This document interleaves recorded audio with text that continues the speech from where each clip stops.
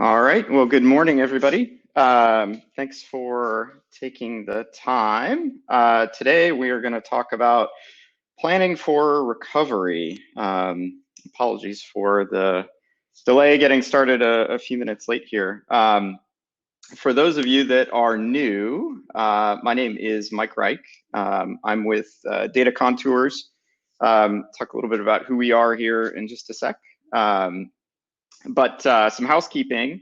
For those of you that have not done our webinars before, we'll do questions via the question or chat box on the side. So as we go through the slides today, feel free to enter questions as we go. We'll sort of take a pause between each section and answer anything that's come up, and then we'll have time at the end as well. And then, as usual, I guess this isn't the start anymore, but we've done about 4 or 5 of these now. So we really appreciate any feedback that you've got, if you've got ideas for other topics that we can cover as well. And then the last thing is we will, of course, send out at the end of this, if you registered, you'll get a link to the recording of the webinar, and then we'll also send out a separate email later today or tomorrow with the recording and the slides, and you're always welcome to share that with others who might be interested in the content. Okay, so a little bit about DataContours. We are a data modeling firm. We do data modeling and software for community and population health. And so sort of near and dear to our heart, and my heart in particular, is the question of how do you use data. And so what we're going to talk about today is a little bit different than what we've covered in the past, and more focused on kind of process and some thoughts about where we are and where we go. And in our work, and many, if not most of our customers end up using our data and tools for planning purposes, either immediate sort of disaster response or increasingly looking forward towards recovery efforts. So that's what we wanted to take today to kind of talk about, one, what exactly are we recovering from? Because there's a lot that's been going on with this in the world generally. And so we wanted to maybe provide a little bit more context around how we see what recovery needs to encompass. We'll talk about some different ways to understand recovery needs, talk a little bit about sort of what data and tools are helpful, a little bit around communication strategy. But, kind of big picture, we want to catch up, I guess, to where the world is, because there are some significant and differences in, I think, how we look at recovery planning for the fall and even in the medium long term. Given what we've been facing than traditionally how most communities and organizations have tackled this. Some thoughts for context for folks. This one's been kind of challenging to put together, to be honest. We kind of thought about what this webinar, we thought about the topic for this webinar about a month ago, kind of in mid-June, after we wrapped up the comm strategy webinar. And, things are pretty different, again, 4 weeks later. And those communities that were talking about recovery a month ago are now back in crisis mode. And it's hard, first off, recognizing, here we are in the middle of summer, and this is like 3 or 4 months on for most folks. And, this is really difficult. This is a uniquely difficult situation for not just the professionals in the space, folks at county health departments and health systems, first responders, incident command folks. It's tough for everybody. I mean, I think despite sort of the, large scale challenges we've got around political conversations and, fragmented information, seems like, this is just a common struggle. And part of what's making it so hard for folks is the scale of what we're experiencing is unique and really hard to comprehend. And we'll talk about in particular where this affects planning for recovery in some unique ways. And it's it's exhausting, right? I think putting this together, it was hard not to get a little bit sort of down on kind of where things are and where they're going. And I don't. The goal here isn't to be unduly negative about this, but also wanting to be realistic about kind of the situation we're in. And unfortunately, that today actually looks better than it's likely to look in 2 months from now. And there are some particularly frightening implications of that in just how we approach planning for recovery, whether we can plan for recovery and what that looks like when we're having to plan for recovery while at the same time respond to immediate crises in our communities. I thought this might be helpful context for folks. Sure, everybody's feeling the same, and so I feel like it's important to kind of make some of this stuff explicit because it does drive how we interpret things and what decisions we make. Real quick to begin, what's the context we're facing? What is recovery from, right? And obviously, you have these COVID impacts to start with, and we can talk about kind of the short-term implications. The two pieces that are most relevant, I think, for folks are, we're facing large-scale mortality across the country and within communities. So at least 135 people dead. And it's actually likely 2 times this when you look at overall mortality in communities. So you have a bunch of undiagnosed COVID cases and misdiagnosed COVID deaths. We're probably up around 250,000 true dead because of COVID. And increasingly, we're seeing this health system burden. So the number of folks who there's about 10 states that are currently at about 75% or greater of healthcare capacity. Normal healthcare capacity. Both of these, unfortunately, are on pretty scary trends in the short term. So long term, what we understand within communities now is there's a study that came out last week showing about 60% of, they looked at 200 or 300 different people in Europe. About 60% of those people they looked at were experiencing ongoing symptoms more than 2 months after testing negative. So they had recovered from COVID, but they were still experiencing moderate to severe symptoms of the infection. And it's not clear when or how long that takes to resolve. So there are, for people who get the infection, we're up around 3.5 million folks across the country now. We would expect a significant proportion of them to have health impacts that last more than a month or 2. And then more scary, especially as we end up with large increases in healthcare utilization, is the delayed care, the impacts of delayed care long term. Texas, Arizona have again delayed non-essential procedures, and those include things that many of us would not consider or would many people consider essential. And so there's sort of this statement that stuck with me. Likely many more people will die because of COVID than will die of COVID. So because of COVID and the delays in healthcare and the increase in capacity and utilization, are going to mean fewer people get the care they need. So long term, it's going to increase mortality significantly beyond just the number of people who will die because of having an infection as the cause of death. So the key takeaway that we see from this is, even with a vaccine, best case in 6 months, we're looking at these long-term impacts from COVID. And 6 months is best case for just sort of development of it. So I think, and unfortunately, taking a step back, we're really looking at some significant downstream impacts that we can't measure yet of COVID directly. And then you start thinking about some of the indirect impacts of COVID.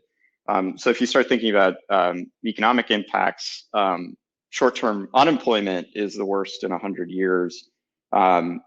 Many, maybe most, it's unclear, of the jobs that have disappeared will be permanent, and permanent being, over the next 12 months, they're not going to come back. And open question as to beyond that. Certainly, that's somewhat dependent on a vaccine. And interesting study that came out from one of the feds this year, or this week, was even though the initial unemployment claims data has gone down, significant numbers of people who are being rehired into part-time positions with limited benefits and at a lower income level. So there's a significant amount of people who have been rehired but are still claiming unemployment because they're being rehired at a level that's really not sustainable. So the implications of this are really scary. And we think about COVID in particular, but the bigger economic story, I think, is one that has really huge long-term implications for communities. I think what's likely is we see a real poverty rate by the end of the year that's probably up around 20-30%. With some communities, it's going to be dramatically higher. But right now, for reference, the current poverty rate is about 11%. And that's based off of data that's 12 months old, basically, when it was collected. So, the downward trajectory and the economic impacts are likely to be felt for 5 to 10 years, if not longer. And especially, we've done a couple of webinars now on equity issues within communities. And the key point there is that the folks that are feeling these impacts the most are those that were already least able to deal with these kinds of crises. So the challenges that large parts of our community and vulnerable populations in particular are going to be facing is truly terrifying in some ways. So we think about social impacts beyond just poverty and income. Obviously the story around increased isolation, depression, substance misuse has been one that's been widely captured, though the data really isn't great here. The exact measures and the exact extent of some of the mental health issues is probably won't know for a fair amount of time. But we do know that there's increased vulnerability around housing, food security, childcare. So one of the data points over the last week or so has been rent and mortgage delinquency is increasing. We're currently at about a third of people are unable to pay for housing. And that's with the unemployment, $600 a week unemployment augmentation. And then the big issue coming up in the fall is going to be schools. What happens with schools? How do they open? Both the immediate impacts on the spread of the disease as well as on the social impacts of parents who aren't able to work or have to find childcare or rely on family members for childcare. That's going to make what's already a challenging situation a lot worse. And so, as we look at this, these unprecedented social pressures, right now they're already really tough, and things are not going to get better. And so, how are communities going to deal with increasing social pressures? How are individuals going to deal with this? It's a huge challenge and has the potential to drive a whole bunch of negative downstream impacts within communities.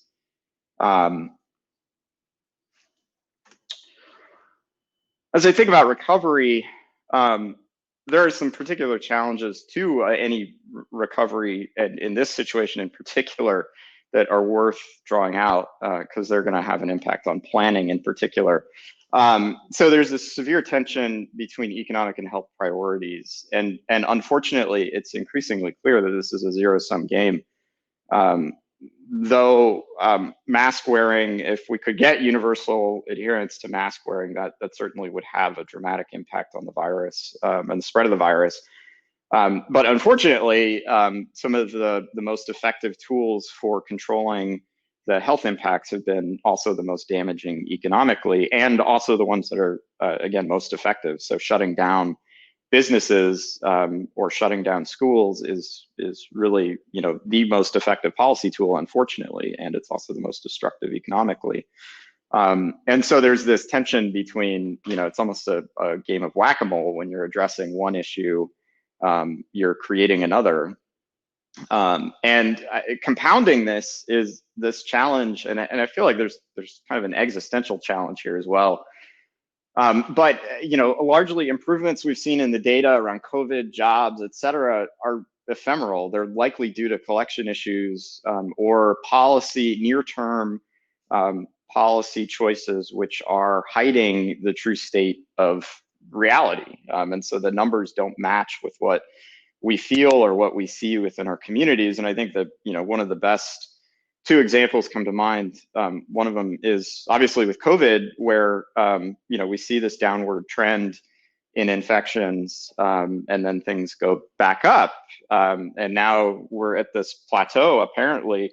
However, that plateau is likely due just to limited testing. We don't have enough tests to keep up with the progression of infections. And we know that because positivity rates continue to increase. So we see this plateau in COVID infections this week, and we say, okay, great, it's under control. But in fact, that's just we don't have enough capacity to collect the data to reflect true reality. And the other is the stock market, right? I think a lot of people have been particularly frustrated that the stock market, though shouldn't be used as a measure of economic activity, often is, and it's so divorced from reality that people feel like, in some ways, just throw your hands up at the numbers because they're meaningless. What do we do with them if they don't reflect what it is we see? How do we act on them? So the key takeaway, things are getting worse, but we're not quite sure where or how. And the traditional responses that we would have typically to dealing with these crises and planning for recovery tend to make other areas worse. Visuals that nicely represent this and some of the really big challenges, conceptual challenges we all have, especially in using data. These two charts where the one on the bottom, the black one, is unemployment claims. So, the high in late March, early April, 7 million people making claims for a couple of weeks. Now it's plateaued down to about 1.3 million per week, which is almost 10 times higher than it was during the recession in 2008 and 9. And that's kind of the new normal, right? So that's an unprecedentedly bad picture. Yet we see disposable personal income has actually increased fairly dramatically over where it was in February and March because of the government stimulus. So we've got these two, competing pictures, and having to figure out which one is real is one of the biggest challenges that we face. So as we think about recovery efforts and planning, one of the conclusions we can draw from this is, first, any recovery effort is going to have to be multifaceted. It has to consider the complete picture we're working within: the economic, the social, the health impacts. And I think the other thing to recognize is, because many of these are competing, any recovery or all recovery efforts are going to be imperfect. So this is just a really challenging spot. I certainly, historically unique. And I think recognizing that and recognizing that the efforts that we put into this, letting the perfect be the enemy of the good, is really the worst case scenario.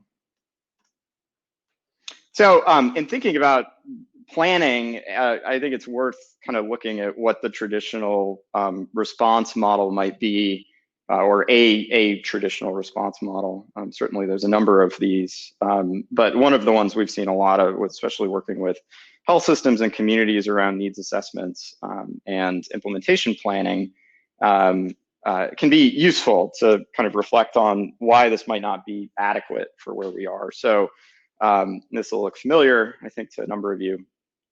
So we have, typical sort of disaster or event within a community, what that tends to do is sort of kick off two different processes. So the assessing impacts and needs, looking at, you say you have a hurricane or you have a tornado that goes through a community, figuring out how many people are homeless, how many people are admitted to the hospital, figuring out just what the state on the ground is, key part of the initial response.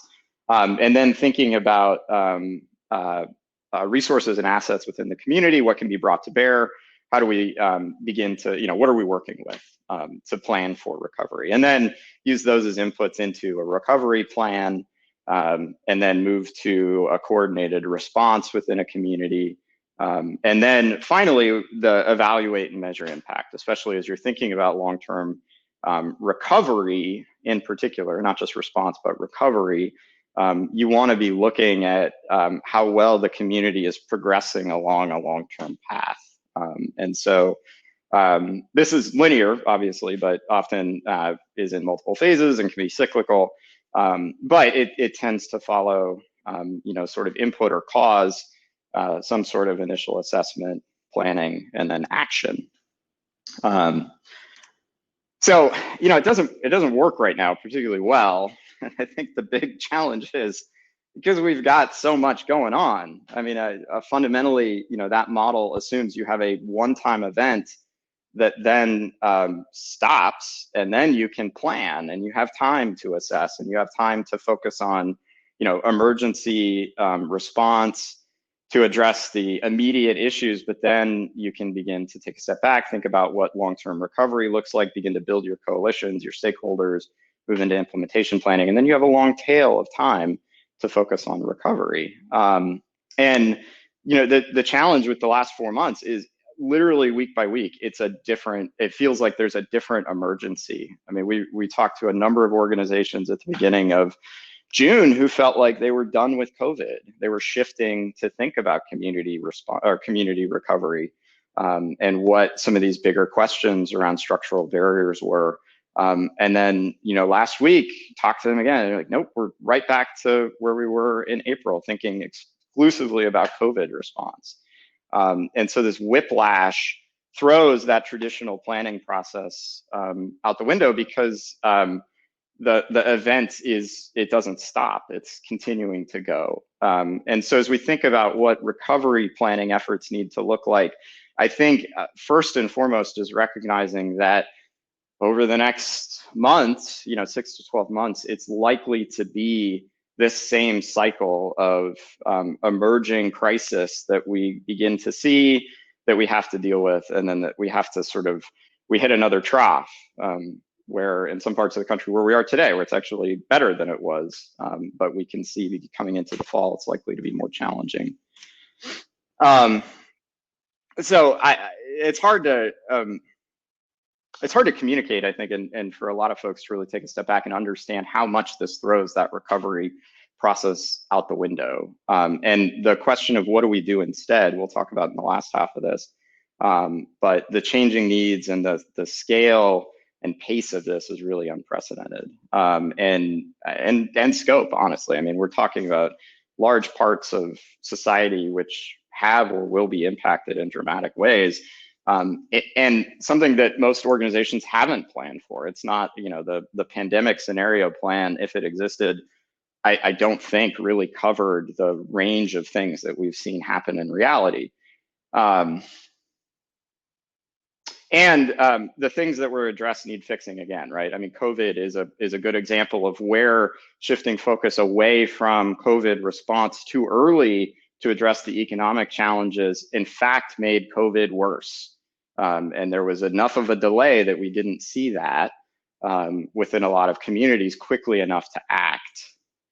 And we have many different types of disasters. So we need healthcare response and triage. We need basic assistance and programs that really were not designed to get cash to people quickly on the scale that we're talking about are being used for that. And unfortunately, because there's so many different aspects of response and recovery, requiring different players that have never really had to work together, coordinate together. There's a lot of failures within the system that are exacerbating the challenges for folks. And I'll pause here because I think thinking about what do we do differently. One of the biggest immediate challenges is data. And coming back to this point I've made a couple of times, we don't really know the size, scope, or scale of anything yet. We have guesses, and we have some data that suggests likely probabilities, but so much of the impact, even around COVID, we just don't have data to really know how bad it is. And that's a huge challenge. So what could we do differently? Let me pause, see if there are any questions. Yeah, any questions or thoughts from folks on the last few slides?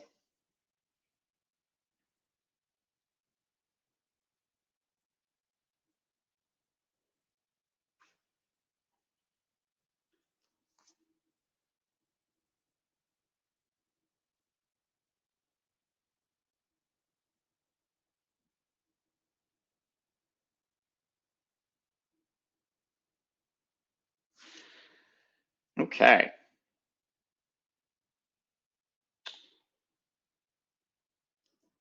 All right, you're welcome, Jane. Okay, so what do we need to do differently in thinking about a disaster or a response and recovery planning process? Three things come to mind about how we might approach this differently. So the first would be understanding the big picture. So, first and foremost, I think there's a broadening recognition that the challenges we're facing today are more challenging, and in some ways the impacts are a lot worse because of these systemic barriers, inequalities, and determinants, which we've known about for a long time, but it's felt like really haven't made much progress against. And I think, a lot of the energy around Black Lives Matter and the social protests here are a reflection of that, of both sort of the lack of perceived progress, but also how the impacts are falling disproportionately amongst communities. And a couple of examples come to mind of the importance of understanding the big picture. We've known for decades that that obesity, heart disease, and hypertension are huge issues within communities and are predictive of much worse long-term health outcomes within populations, and increased care costs. And we're seeing, I think, in a new way, the implications of those long-term health impacts with COVID, in that people who are obese, who have heart disease or hypertension, are 2 times more likely to die of COVID. So the direct impact that we're seeing on COVID within communities is related to these long-term health issues that we've known about for decades and have not made progress against. The second area is around income and the income inequality in this country. The short-term impacts on housing, food, and income security that we're seeing today, and we'll be seeing a ton more of over the next month or two, are due to the stagnation of wage growth over the last 30 years. Real income for the bottom 50% of the country has actually decreased in the last 30 years. So think about that. I mean, 50% of this country is for inflation-adjusted dollars making less today than they were 30 years ago. Obviously, that has huge impacts and implications on their ability to weather the economic issues that we're facing today. And I think the key thing that's becoming clear is the short or long-term recovery depends on making progress on these systemic issues. There is no Band-Aid that is big enough to address these without solving some of the bigger systemic barriers, inequalities, and determinants. And so any planning has got to take a step back and recognize that and use that from day one. I think the second point is we need to refocus on resilience within communities. I think this is a great recognition, a great time to recognize that maybe the biggest issue communities are facing is a reduced capacity as a community to deal with these issues collectively. And the sense that it's whack-a-mole, that we trade one for the other, I think is a great reflection of that. And the moving forward, recognizing that this new normal we're in, at least for the next year, of emerging rolling crises requires increasing our capacity as a community to deal with that. And so shifting and planning about response and recovery, moving from a standpoint of thinking about the individuals or the sort of immediate thing that we need to focus on, to thinking about that, as well as how do we simultaneously build resilience and rebuild the capacity of our communities to absorb these types of crises, I think is a key part of the planning process. And the reflection on that is our social safety net is struggling. I think conservatively, for organizations that are providing some of these social safety net services to the community, they can expect 2 to 5 times the demand over the next 12 months, what they've been facing. And most organizations are not going to be able to meet that demand. The scale of what we're facing is truly that scary. So how are we going to address and rebuild these basic social safety net services around food support, housing assistance, childcare, healthcare? Obviously, there's some really good thinking that's being done right now by a lot of different folks about how to address these issues and think about it more systemically. And that's great. And we need to start acting on it. Months is not going to be enough time. We're really looking at weeks before some of these issues around economic security become truly scary within communities. And the third thing is addressing structural challenges. Now we have, say people have this new capacity and need for change. Let's leverage it. The systems are broken in a lot of different ways, or not functioning, or stressed. And I think people recognize that, and there is a sense of energy around some of this. So let's leverage it. The other way to think about it is, look, huge parts of our society are changing.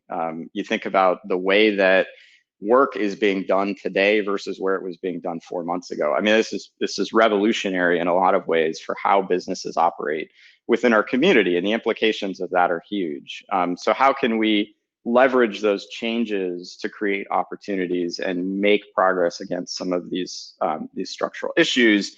And then thinking about going forward, I mean, as the problem becomes bigger, hopefully significant resources are going to be focused on community recovery. I think they will. I think the question is largely tactical and timing. Is it enough, and is it focused in the right ways quickly enough to make a difference? And that's where the conversation and the planning starting today has an opportunity to really influence how effective that is.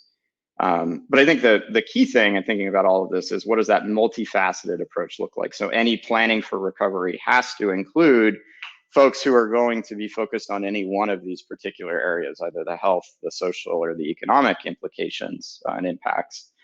And so the multifaceted approach is something that has to be a part of that planning process. So what might a different approach look like as we think about a process? So we took the previous kind of linear diagram and changed it around. And one of the first things to recognize is assessing impact and needs and identifying resources and assets has to be an ongoing process. You have to move that out of, from the community level. It cannot be driven by specific events, because things are moving so quickly that by the time you've done your assessment and your needs assessment or your impact assessment, you've probably already missed the boat in some ways on responding to that immediate event. And certainly we're in an environment where a needs assessment that takes 12 months is irrelevant. So how do we begin to think about this ongoing monthly process of assessing needs, collecting data, identifying resources and assets, and evaluating kind of what that looks like? And if you think about that as a separate process, then you have two streams that sort of come out of that. You have these events that happen, or data is reported, or we recognize that something needs addressing, and suddenly we already have the data and capacity to know what the impact is and what resources we can bring to bear. So we can move immediately into recovery planning, and response. So we know we already have all the data as best we can, and we can be much more responsive. At the same time, there's a parallel process that's going on, thinking about these larger systemic issues. And I think the model of community collaboratives, collaborative initiatives, which at least within the healthcare space, I think there's a rich history of these being particularly effective, thinking about these multifaceted systemic issues, certainly thinking about upstream determinants of health and how they drive health outcomes. That model, I think, is one that we're going to see an increasing interest in beyond just the health space, and expanding that out to include all of these other areas of impact that we're seeing within communities, and using those collaboratives as a way to coordinate the bigger picture movement through implementation planning, gives us a coordinated response where we have sort of the long-term ongoing strategy that's informed by ongoing data. So we're using an evidence base, we're using data-driven decision-making to inform the long-term strategic planning and implementation planning, but at the same time, having these immediate sort of community needs and crises and disasters come up, where we have responsive planning that happens within that context, that longer term context. So we have a coordinated response that includes both. And then the last piece is kind of this ongoing evaluate and measure change, which feeds into the ongoing monthly cycle for assessing impacts and needs and identifying resources and assets. There are a number of, and nothing's black and white. So I think many organizations are kind of operating somewhere in between the more traditional linear model and more of an iterative cyclical model like this. But I think right now we're recognizing how far most organizations need to go to truly be more responsive to the type of situation that we're facing. A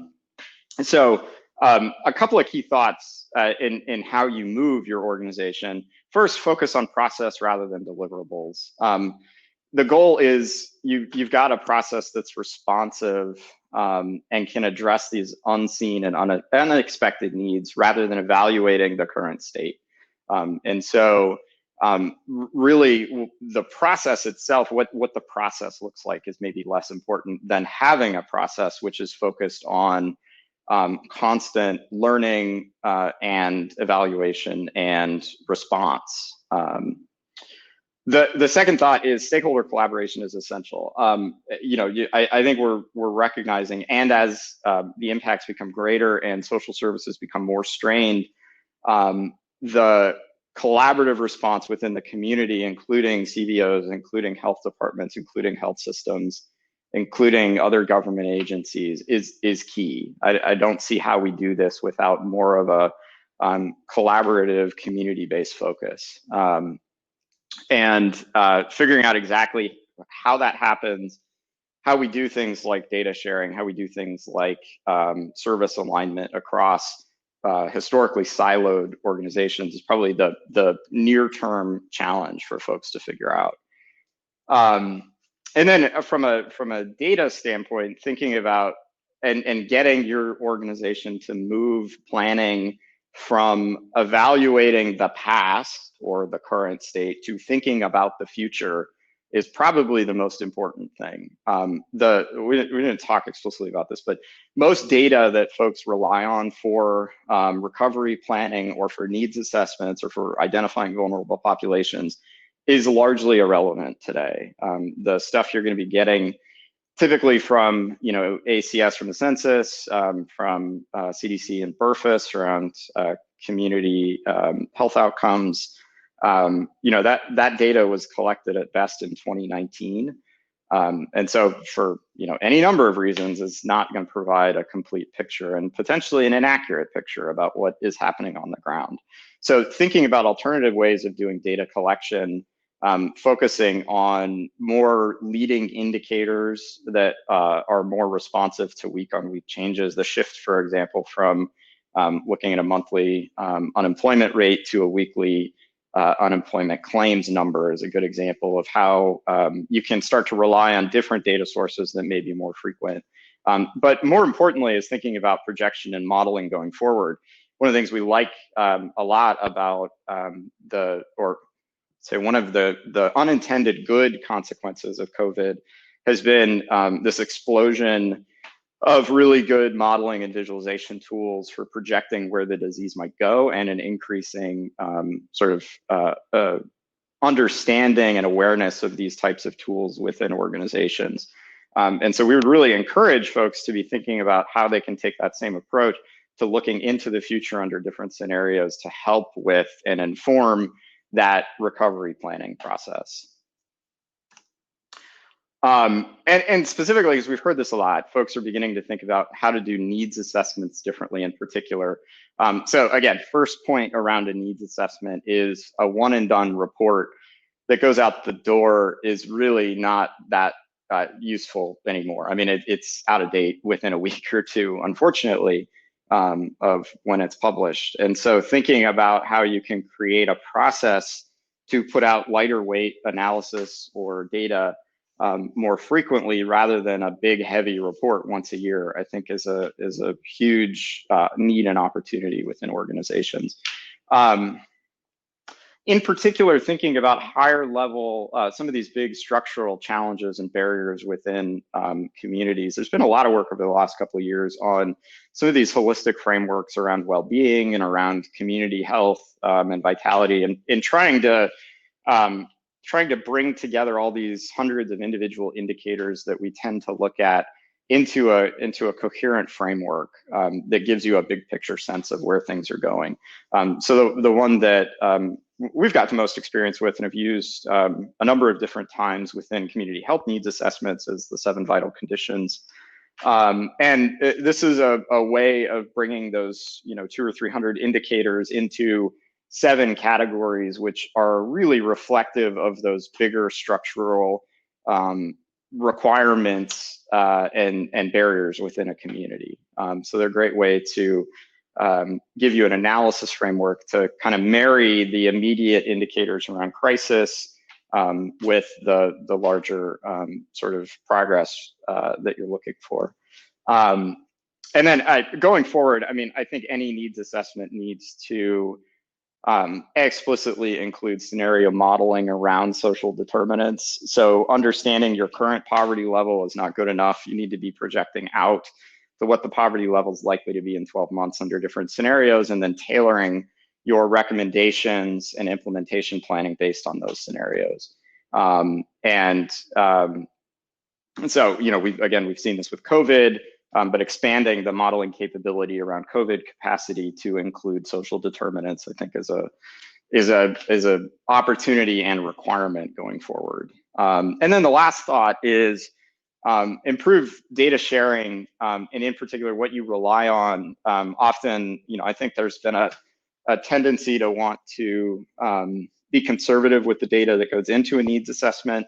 And recognizing that those large sources, national sources, are often the most defensible, but unfortunately right now they're also the least relevant. And so beginning to expand out the data that you include in your needs assessment for these leading indicators that might give you a better view into what's actually happening on the ground is I think a good strategy to more accurately infer what the needs are today, than relying on some of the traditional analysis approaches that we've used in the past when things weren't moving this quickly. All right, a couple of last thoughts, and then we can pause for, again, any questions that folks have. So,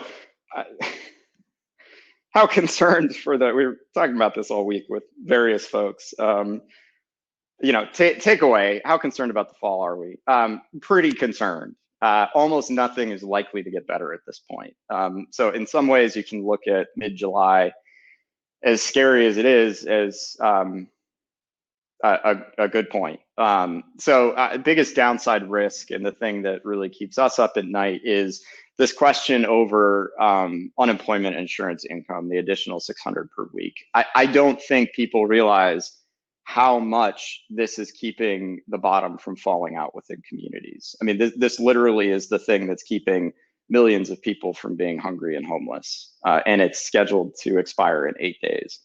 And Congress right now has no plan to address this by the end of the month. So I think communities need to be planning on the impacts of this under various scenarios, either not continuing or continuing at a reduced rate.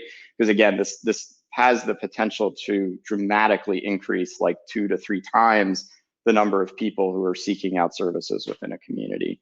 And unfortunately, I think it's a travesty that this is even an issue, but here we are.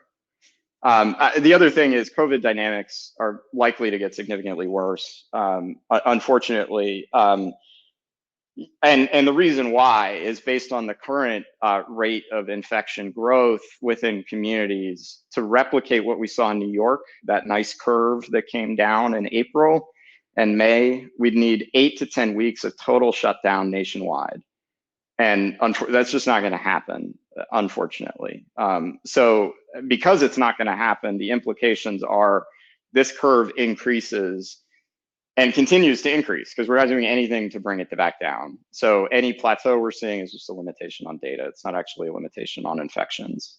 So you mix in some of the other things that have been talked about, like even a normal flu season is going to add another 60 to 100,000 deaths on top of the number we've already seen with COVID and whatever we see in the fall. But more importantly, any increase in flu is going to affect hospital utilization. And so that just puts more demand on already overstressed systems. And then, you can go through the list, right? I mean, fall, if we're continuing to see schools close, that's going to put a bunch of societal pressures on folks that we've largely avoided, or we've assumed we wouldn't have to continue. And then the weather turning and people not being able to go outside. I mean, there's some real quality of life issues that are going to come up. So I think, unfortunately, and just from a planning perspective, what do we need to do today? I think, this is a pessimistic yet not unrealistic picture. And I think starting to norm people within organizations that are responsible for planning as to how bad and challenging it likely is to be, I think is really important. And I hope, I mean, unfortunately, I think there was a lot of blowback for folks who were pessimistic in March, that they were too pessimistic because the data was lagging so much from what they were saying. Maybe we're past that, but I think the downside risk of not norming people and not planning for a pretty challenging fall is going to be much worse than getting criticized for being too pessimistic about it. And the key thing, coming back to is the data that we have today points to a bad picture.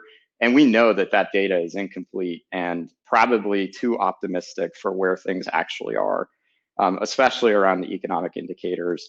It's been so thrown off by the stimulus that the true level of unemployment and the risk that people have is much bigger than the data reflects right now. And so as we continue to phase out support in various aspects of the economy, because our traditional process is really based on that, right? Things get better, we phase out support. we go on our way. Unfortunately, that's not the situation we're in today. So, all right. On that happy note, um, so we're here to help. Obviously, we work with a number of different organizations. We do initially the COVID forecasting.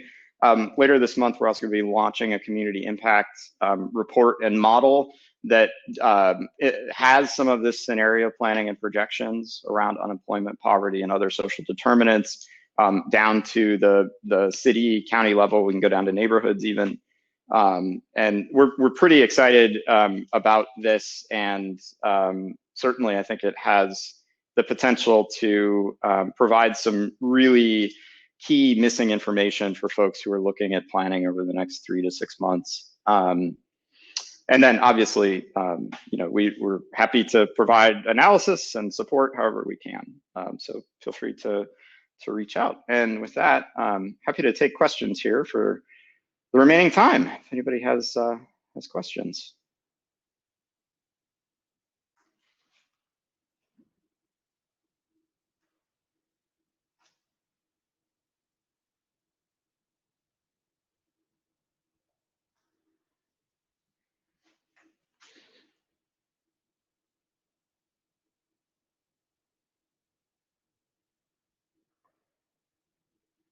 All right, Liz asked, will the ACH be providing these community impact models to partners? So I think for North Sound, I think the goal is, yes, we'll have in the same way that we have for COVID infrastructure and projections. We'll have similar levels of detail for the counties within the North Sound. So that is the goal for sure.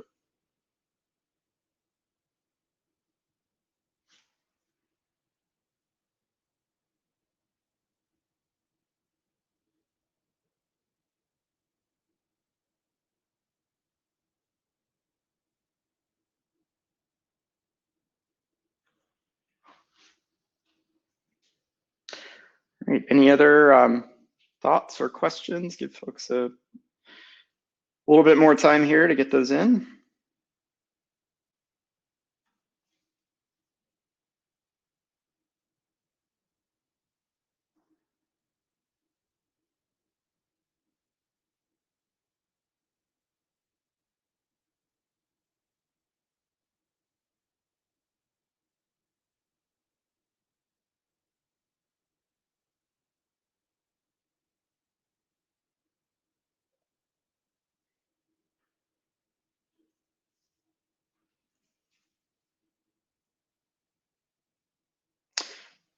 All right, well, we will, so just wrapping up, we'll be sending the slides and the recording out later today or tomorrow. You're getting an email with the link to the recording as well, so feel free to share.